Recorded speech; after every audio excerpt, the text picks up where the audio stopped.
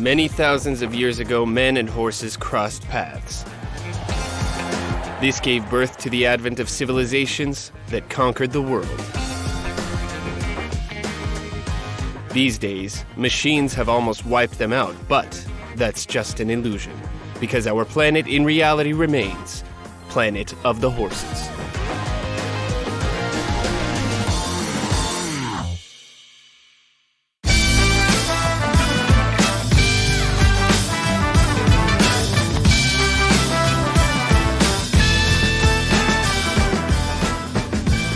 Of course, a horse can walk backwards, but we are going to tell you how the real masters of horseback riding or members of the Haute Institutes do it. Today, we're going to get acquainted with advanced schools of horseback riding, learn how to give a horse a massage, Neck, spine, and rump. and to find out whether horses like adrenaline that demonstrates such a desire to show off.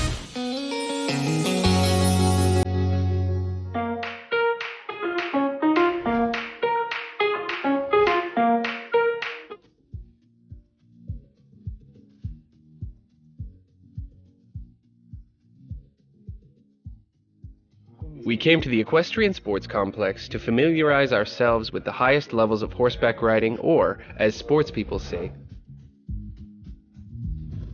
haute, or dressage. But first, I will have to change clothes. A helmet is a necessary piece of equipment for any equestrian sports training.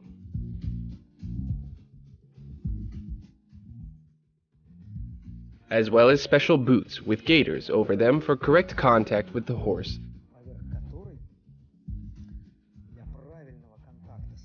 And for protection of the rider's legs.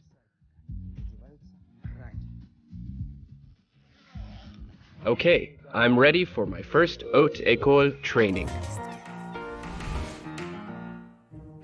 Equestrian sports are inseparable from prizes and medals. There are many types of equestrian competitions in the world, but there are only 3 Olympic equestrian sports. The first one, show jumping, we have already told you about. Now, with the help of our expert, Alexander Abelets, we will introduce you to Dressage and Triathlon. Dressage is unconditionally the most elegant of the 3. A rider must demonstrate their ability to control their horse delicately. That includes their ability to move them precisely and effortlessly move through all imaginable temptations, as well as make complicated turns and other elements of equestrian choreography.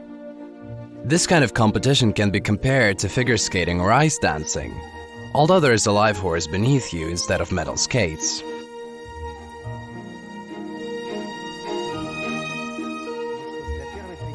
Okay, they let me ride an amazing Frisian horse named Guido.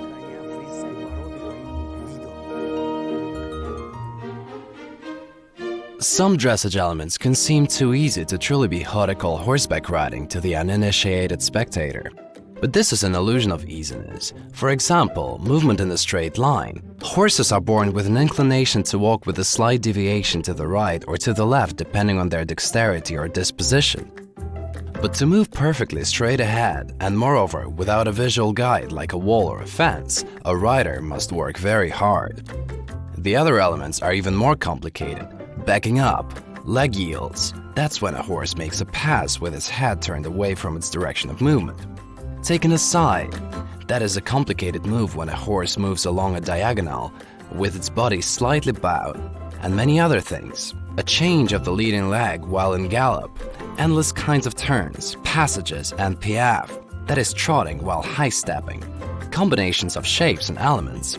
In contests, just like for human figure skaters, competition is divided into structured and freestyle routines. Not only is technique required for an equestrian show, but also artistic interpretation and storytelling as well. So let's start with the split reins of dressage. They differ slightly from the reins in other disciplines where such equipment... Yes, there's an extra set of reins. Yes, where such of the second set of reins is absent. A special head harness with 2 reins instead of 1 is used in dressage. It differs from the gear used for, say, racing, and it allows a rider a more delicate and clear control over their horse. Well, the first rein comes from the ring, from the snaffle. Is taken just into your fist. Uh-huh. Like this, into your fist with two hands. Yeah. And the rein, which comes from the bit, Okay. you hold with two fingers, and over these two fingers, yes, over two fingers, yes, you did it, and you pull it tight over those two fingers. So, it comes out of the bottom. Yeah, there you go. To complete complex pirouettes, a horse must be able to read the slightest indications from the rider. Sometimes a slight movement is invisible to an outside observer, but it's enough for an experienced rider to give a command. And here we go. A horse makes a very complex turn, moves into gallop, then turns and heads into a pass, a shortened trot. The horse is obedient. It will. Here, it looks somewhere. Turn. Don't let it. Fantastic. I made just a tiny movement with my finger. And this 1,500-pound horse responded to the slightest pressure of my pinky finger. You have to understand that you have to just make a tiny movement to stop it. That's all. When you move your finger, the horse stops. Another move, and it goes ahead. You get the basics. The horse rides calmly, and you hold the reins properly. The main thing you need to understand that now you don't have an individual body. Your body blends with the horse. Like a centaur. Yes, a sport for centaurs. Moreover, I'd like to say that you even have to breathe in the same rhythm to perform all the movements perfectly.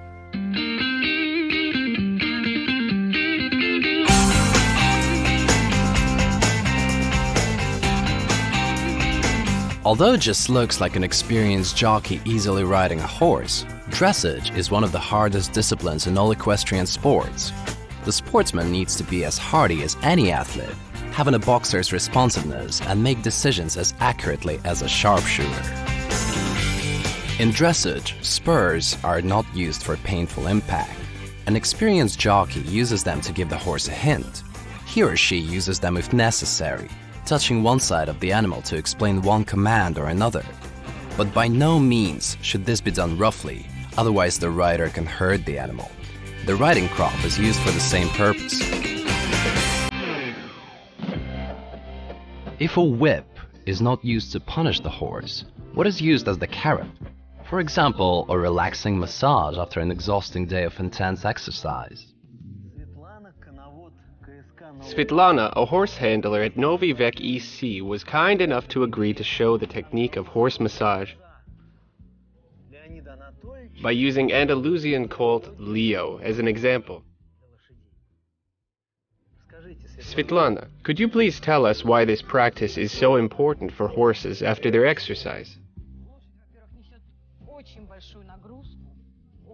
Firstly, the horse is bearing a heavy load in this pose, as all its muscles are working hard.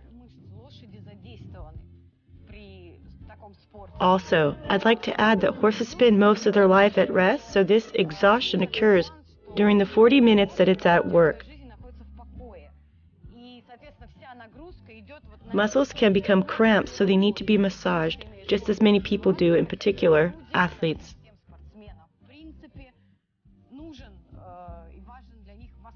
So it's a recovery massage after a workout? Yes.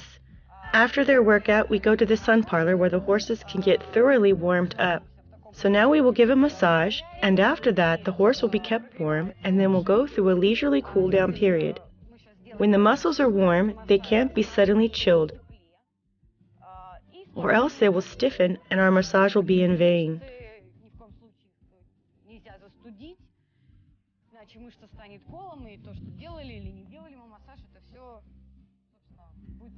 So I begin here and massage this muscle from the top downward.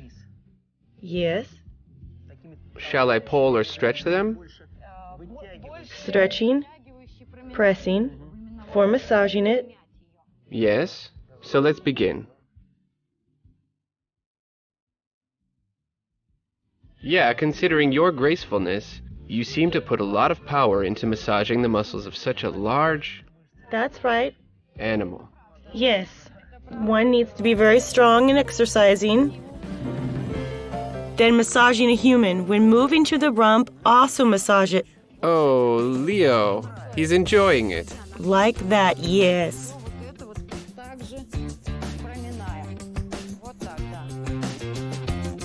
Neck, spine, and rump Yes. are the main muscles. So this muscle is under great pressure.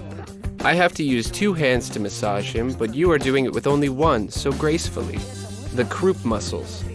But I have to use 2 hands to massage it. But you are doing it with 1 hand so gracefully. The croup muscle. Yes, for cramping. Build up, yes. It seems that Leo likes the procedure. Look how he's lowered his head and turned his ears toward us to listen to everything we're saying about his perfect muscles. But I don't think it's because I'm a talented massage therapist. Rather, it's probably thanks to Svetlana, who has lots of experience working with horses and recovery massages.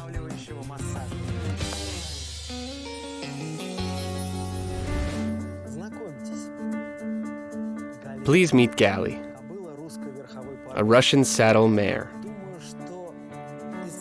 As far as I know, for girls just starting out, she is the most famous of all the horses at the Equestrian Center.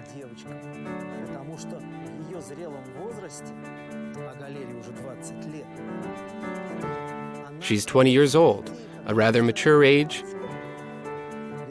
but she takes children for a ride as cautiously as if they were crystal vases. It's because when she was younger, she was taught the basics of dressage at the haute school.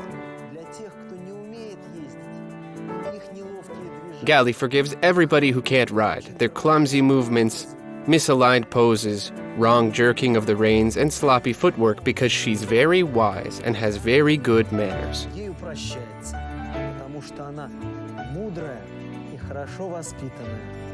Horses are taught this during dressage.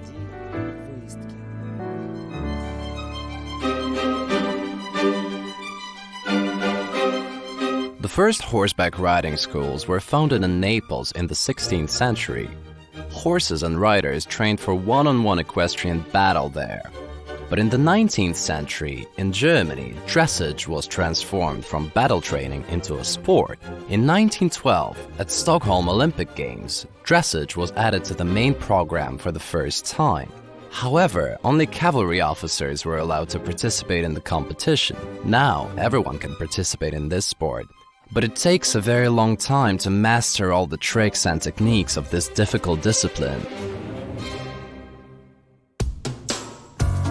However, according to experts, it's never too late to begin training dressage. But to have great success in show jumping, one has to train from childhood. Inessa, what about the age range for haute schools? When should one start and end their training? You see, it depends on the person. Fortunately, this is a part of this sport. Of course, it's good when a child begins at age 5 or 6. First it rides a pony, and then an adult horse, progressing step by step.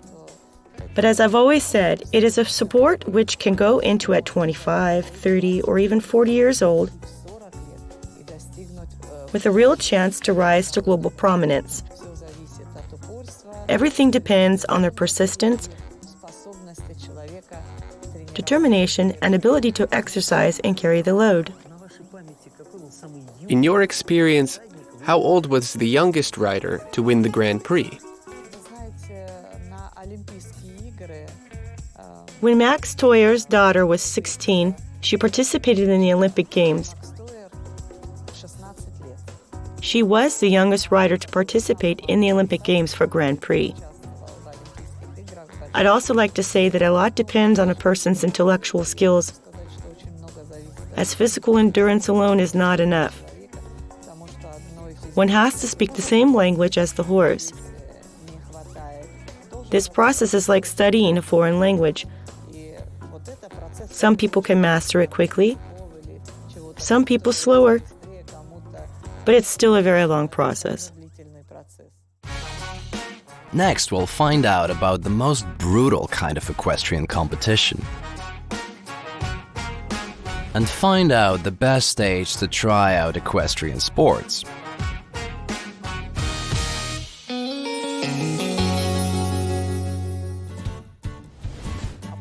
Now I'll show you how to mount a horse properly.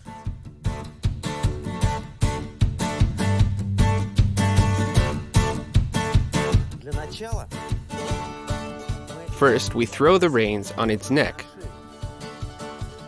So once you're on the saddle, you can reach them. After this, adjust the height of the stirrups. Approximately, it should be at your armpit when your fist rests against the saddle.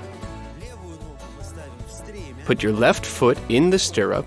I prefer and recommend holding the crest with my left hand, not the saddle bow. The crest is attached to the horse more steadily than the saddle. It doesn't hurt the horse, does it, Ilga? After that, jump up with your right foot and shift your weight onto the saddle. Let's start.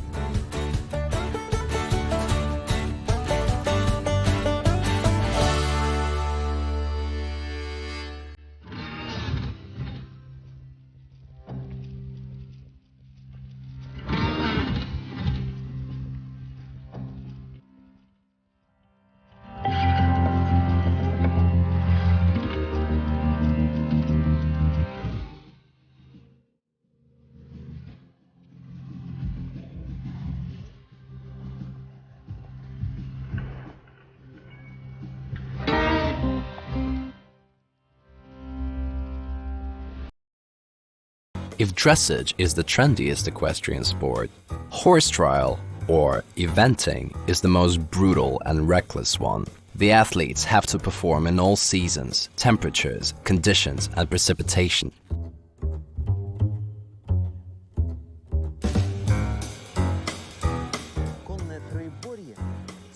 Horse trial is the most adrenalized and unfortunately dangerous Olympic equestrian sport. The rider and the horse need to show their readiness to respond in any situation. They demonstrate their ability to obey commands at the show ring, their ability to jump barriers, and run cross-country as part of the legacy of military cavalry. The cross-country portion can reach up to 3 miles and contains many obstacles of unexpected height and form for the horses, barriers, simulated buildings, descents, and rises. The horses need to complete them within a predetermined period of time.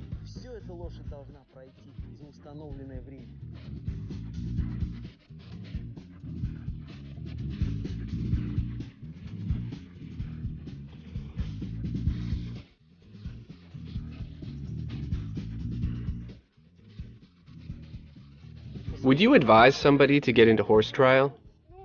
To my opinion, it's only for men like us. But well, I think we're all horsemen to some extent.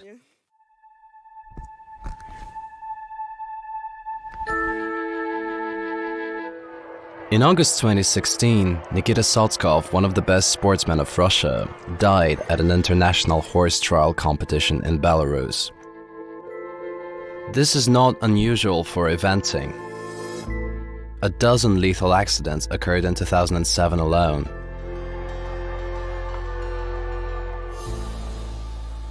I would recommend trying horse trial to everyone. How about a less intense version with flatter ground? That wouldn't be very interesting. Lower barriers. That wouldn't be so interesting. Really? Horse trial is not only a dangerous cross-country race with an obstacle course,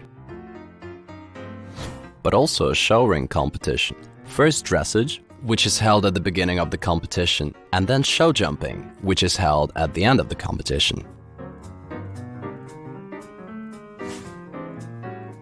Although the show ring competition in eventing is not as complicated as the Prix St. George or the Grand Prix is for dressage, nonetheless, the riders must show their ability to ride in a controlled center, controlled extended trot, and perform half passes.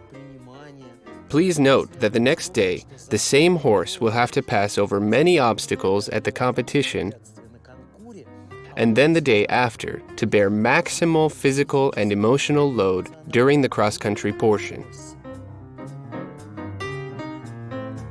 The rider must perfect all the elements which he or she will demonstrate during the showroom competition.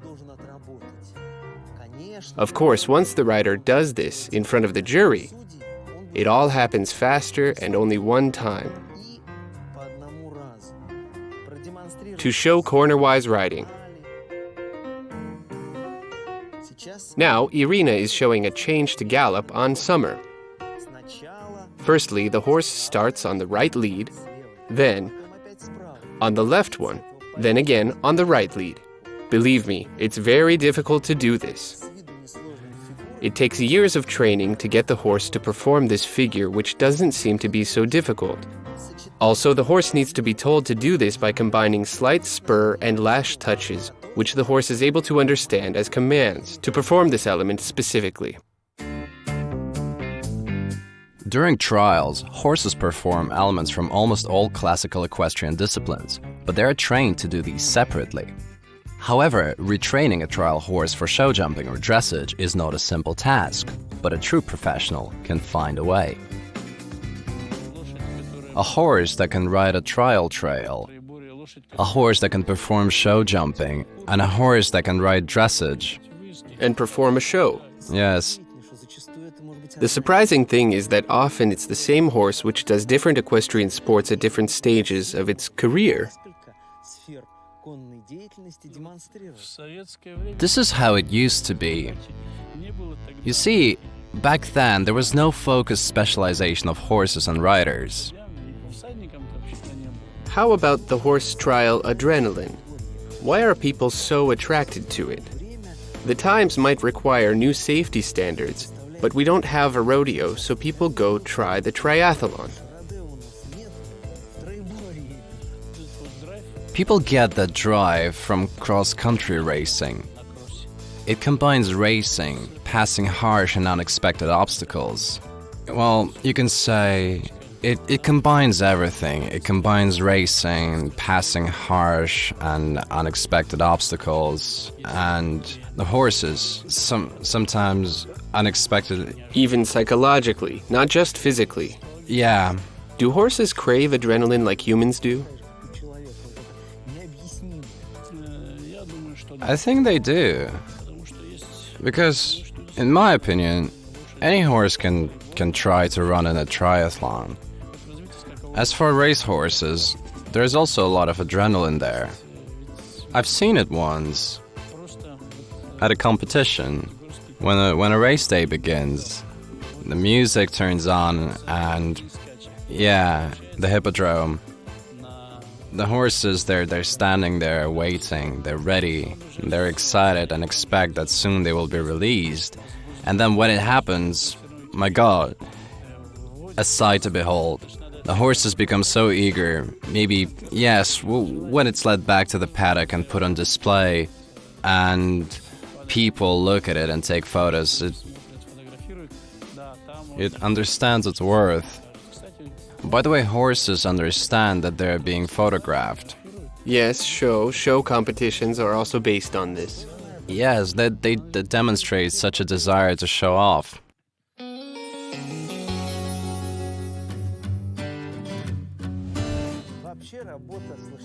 Working with horses requires many eco-friendly materials. By the way, sawdust for horses has to be very clean without any furniture shavings, without residues of glue or harmful resins. Horses are very vulnerable to this kind of stuff. It's no wonder that people who work with horses tend to live long lives. For example, Nina Gromova, who celebrated her 95th birthday in the saddle on the show ring. Or Alla Polzunova, who rode on the racetrack of the Moscow Hippodrome on her 80th birthday. Of course, Queen Elizabeth can lead by example. as when she was 93, she still often rode her favorite pony. So believe me when I tell you that Queen Elizabeth appreciated the masterful skill of our horseback riders who visited the Windsor Castle to greet her.